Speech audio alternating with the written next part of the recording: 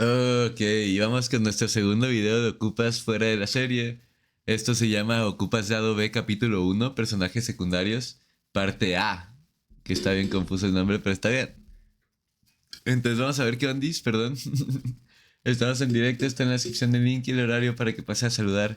Y también hay un link de donaciones por si quieren y pueden ayudar de ese lado, que ayuda muchísimo a mi trabajito. Entonces veamos qué ondis. Del lado B, vamos a compartir el desarrollo. Ay. A través del lado B, Ah. vamos a compartir el desarrollo del trabajo de atrás de cámara, locaciones, curiosidades, esos personajes no protagónicos que sellaron su impronta y le dieron vida y color a la miniserie. Ujú. Y además, uno de los puntos más fuertes que ha tenido la miniserie, su musicalización. Ujú. Lado B. A partir de este momento, por y para la familia Ocupas. Ok. Bueno, el caso paradigmático es el de Dante Mastropiero, que definitivamente fue alguien que le aportó muchísimo a la construcción de su personaje, porque todo ese léxico medio tumberil y esa manera de hablar, que en aquel momento era totalmente desconocido, incluso para nosotros, él fue quien se lo imprimió, tanto en la etapa de casting como después en el momento de la filmación. Nosotros armábamos un primer armado de la escena que lo hacíamos, digamos, con nuestras palabras, si bien obviamente estaba estructurado lo que tenía que suceder y cuáles eran los ejes de la escena y lo que estaba en juego. Ujú. Él después sobre eso le iba agregando como una cantidad de chirimbolos impresionantes y era como novedoso para nosotros mismos. Yo siempre me acuerdo que, por ejemplo, cuando estaba en la escena esta que Ricardo vuelve a buscarlo al negro Pablo en el capítulo 5 con la ayuda del fletero, y Más se da ese capitos. diálogo abajo de los pilares del doque. Ujú. Dante, digamos, agregaba una cantidad de cosas, te diría plano, toma a toma, o sea, en una toma lo decía de una manera, en la toma siguiente le agregaba otras. Claro. Entonces era muy gracioso, y si se fijan en cuando él dice perdona a vos y a vos, mamá, hacia vos te cojo con la pija muerta, si se fijan en el plano de Dante empieza como a vibrar antes o después de que dice eso, no, en el corte siguiente a que dice eso la cámara empieza a vibrar, y eso es porque me estoy cagando. Yo estaba haciendo la cámara de Dante en ese momento, Juan Cruz estaba haciendo la cámara de Rodrigo. Yo me empiezo a cagar de risa porque no puedo creer lo que estoy escuchando, y la cámara empieza a vibrar, y de hecho tuvimos que cortar el momento en que vibraba más porque era inusable. Eso pasaba mucho con Dante, que el tipo, Qué lindo, digamos, a loco. lo que estaba le agregaba como una cantidad de cosas inesperadas que enriquecían muchísimo la escena. A mí Sí. me conoció Dale, Claudio Zambi Dante. en unas oportunidades, a cual le agradezco, que me Ay, presentó lo a Bruno quiero. Estañaro. Le comentó él a Bruno Estañaro que había un pibe que podía andar, que tenía una chispa bárbara y etcétera, etcétera. Entonces, un día apareció Zambi con Bruno Estañaro y me hicieron que vaya a hacer el casting, al cual le agradezco infinitamente que me haya dado esta oportunidad, que fue Bruno, el director. Siempre se lo voy a agradecer, porque si no fuera por él que me dio esta oportunidad de hacer esta serie, que fue muy tocada por todos los argentinos. Ujú. Ustedes no estarían hablando conmigo hoy y yo no sería tan popular como soy ahora.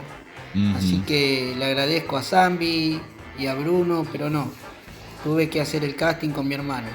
Yo llegué a Ocupas por sugerencia de la que era mi representante en ese momento, una señora muy Claro, amorosa que me ayudó Peralta. mucho, que se llamó Zulema Goldenberg. Yo estaba dando mi clase como todos los días en el estudio de Lito Cruz, el maestro que más me ha influenciado, y me llama Zulema y me dice que tenía que ir a un casting al día siguiente. Bueno, y fui al casting.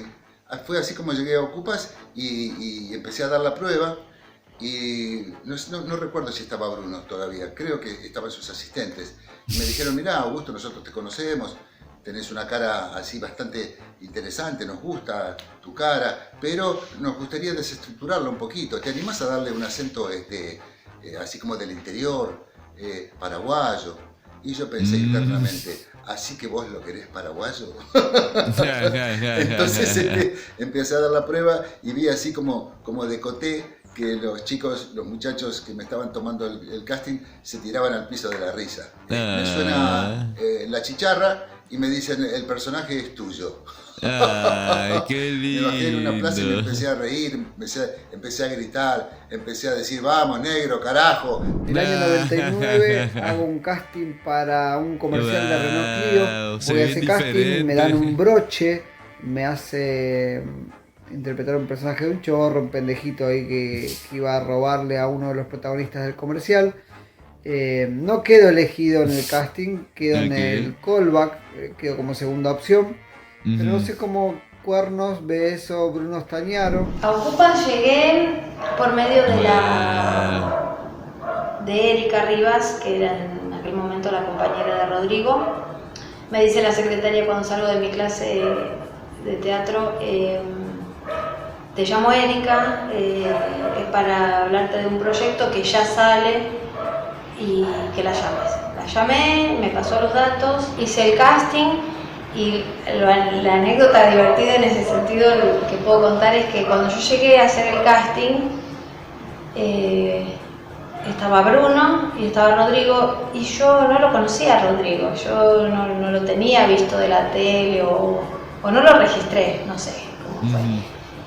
Y yo decía, ay, le veo cara conocida, ¿será el amigo de no sé quién o será? ¿Dónde lo conozco? ¿De dónde será? Pero bueno, nada, fue como lo divertido que nada, si hubiera sabido que era un pibe que estaba trabajando en televisión y que era conocido, posiblemente no me hubiera sentido tan cómoda como me sentí. Ahí me llama para el casting de Ocupas, y en el casting se sucedió una situación que me quedó grabada. Fueron pocas consignas, estaba en el casting, me acuerdo, Bruno Stagnaro, Matías Stagnaro y Federico Nejovic. Me explica la situación, que yo era el pendejo, o sea, el más joven de una banda, el más joven quizá de toda la serie, pero que no por eso no tenía personalidad, el pendejo se la aguantaba. La situación que me explicaron era que yo iba a estar en una puerta, iba alguien a venir a comprar merca, yo la atendía, luego quería pasar a hablar con el negro Pablo y bajo ninguna circunstancia yo tenía que dejarlo entrar. Okay. ¿Quién entra? Jorge Cezanne, que hizo el personaje de Miguel. Pero bueno, se da la improvisación, viene, pega merca, compra, pim, pum, pam, y de repente me dice quiero hablar con el negro, yo le digo no está, yo sé que está, me dice, yo le digo no está. Se asoma y lo ve por ahí atrás, viste que ahí está, no sé qué, no sé cuánto, empezamos a insultarnos, me pega un empujón, yo le pego un empujón más fuerte y ahí nos trenzamos con Jorge Cezanne, no a las piñas, pero nos empezamos a revolcar, empezamos a hacer mierda todo con Jorge, revoleándonos ahí. Bruno, Matías, Federico se recontracagaban de la risa, pero no cortaban. Y yo recién empezaba a estudiar actuación, pero yo sabía que hasta que no digan corte le tenía que mandar. Y bueno, nos dejaron cagándonos a trompadas ahí un rato con Jorge Cezanne. Buenas noches, viejo. ¿Cuánto está el Clarín? 2 pesos con 50 centavos. ¿El Popular? Te puede dar un pesito. ¿Le agarro un Crónica? Bueno, espérate. Salen un par de minas que están re buenas, loco. Ahí se ve, fíjate atrás de todo, hay que barro. Directa. Me mata paja. Bueno, con Bruno veníamos hablando que el personaje era muy parecido al de Pizza Birra Faso en sus formas. Y bueno, me apareció Diego Alonso en el casting y ahí se solucionó todo, digamos. Me parece que no me imagino otro pollo sin Diego Alonso. Así que eso solucionó todo. Y se me hizo mucho más ameno porque obviamente venía de trabajar con Bruno y ya nos conocíamos. Y lo que me ayudó mucho también fue que yo trabajé como utilero en Ocupas y ya venía muy empapado en la historia. Para el personaje no me preparé de una manera especial, digamos. Yo en general, y eso lo he mantenido, confío mucho en el guión. Si el guión está bien escrito y es interesante y funciona, la verdad es que uno tiene que confiar mucho en eso. Lo que tenía claro desde el primer momento que leí el guión era que Clara era muy distinta a mí.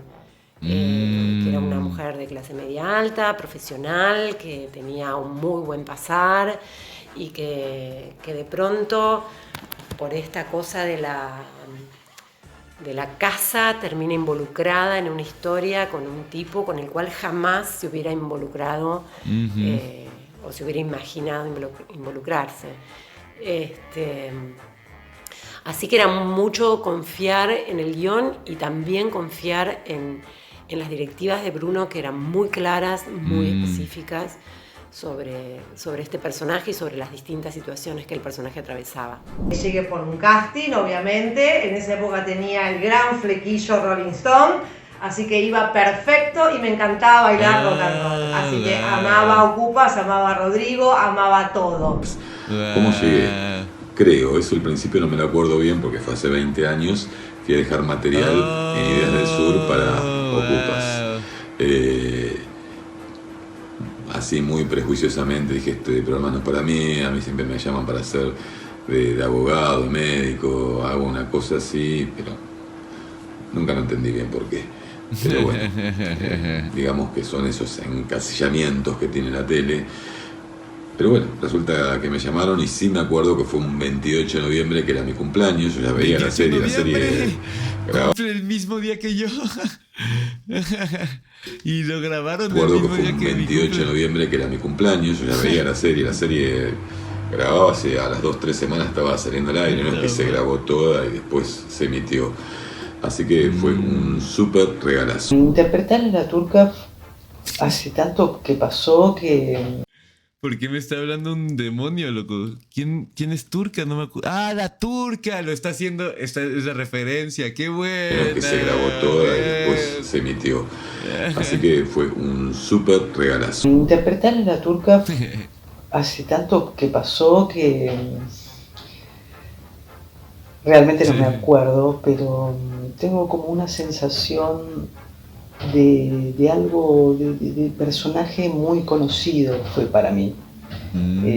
Soy del conurbano y tengo en mi entorno de barrio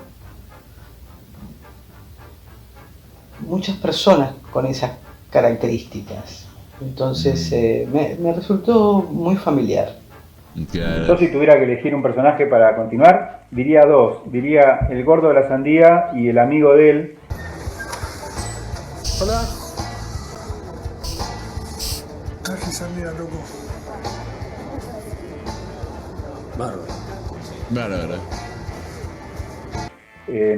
Que es el tipo que está atrás de él cuando habla con Rodrigo y que come sandía con ellos y todo el tiempo le dice al gordo que está volaseando, que está, no me acuerdo cómo es lo que dice, está zarpado en algo, no me acuerdo en qué, que no se rescata, como que lo bardea un poco al gordo. Ellos dos eran paseadores de perro en la plaza al frente de mi casa cuando estábamos haciendo Ocupas.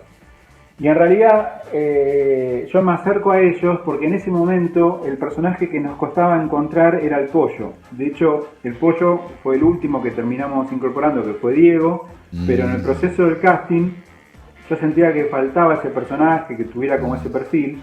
Y yo me acerco yo no tenía perro, pero me acerco a ellos porque Hernán, si no recuerdo mal, se llamaba el otro, no el gordo de la sandía, era paseador de perros junto con el gordo de la sandía. Entonces me acerco para convocarlo a Hernán para hacerle alguna prueba para el Pollo y después termina no quedando Hernán como Pollo, pero terminan quedando los dos en esta escena de la fiesta del capítulo 10 en donde incorporamos el personaje este del gordo de la sandía. Entonces me parece que ellos dos tienen como una dinámica medio interesante que hubiera podido ser un buen spin-off de la serie. De todas maneras es cierto que el gordo termina muriendo al toque, ¿no? Pero bueno, sería como un spin-off hacia el pasado. Qué raro. Qué raro, yo me esperaría que el director preferiría a uno de los personajes principales, ¿no? O sea, porque sí pienso que podrían hacer una buena serie de qué pasa después, ¿no? O sea, la serie, spoilers obviamente, pues termina de una forma en la que se están separando, ¿no? Entonces, no sé, yo siento que tienen historias muy interesantes que contar ahí y se me hace un poquito raro como querer seguir con un personaje tan secundario. Pero qué lindo también, o sea, esto está muy lindo porque escuchamos un poco más de los personajes secundarios, ¿no? Porque en el pasado que vimos fue más de Walter, ¿no? Y de Pocho.